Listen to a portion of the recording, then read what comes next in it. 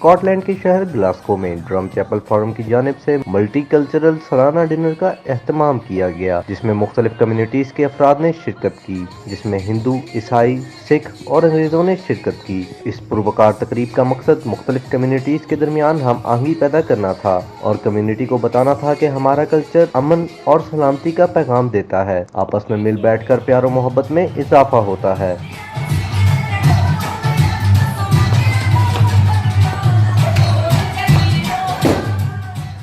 इस तकरीब में मौसीकी का प्रोग्राम हुआ, जिसमें नौजवानों ने नगमे सुनाए और मर्दों खवातीन ने मिलकर डांस किया। U G news, Scotland, Glasgow. जो मेरा हमदर्द है, जो मेरा हमदर्द है।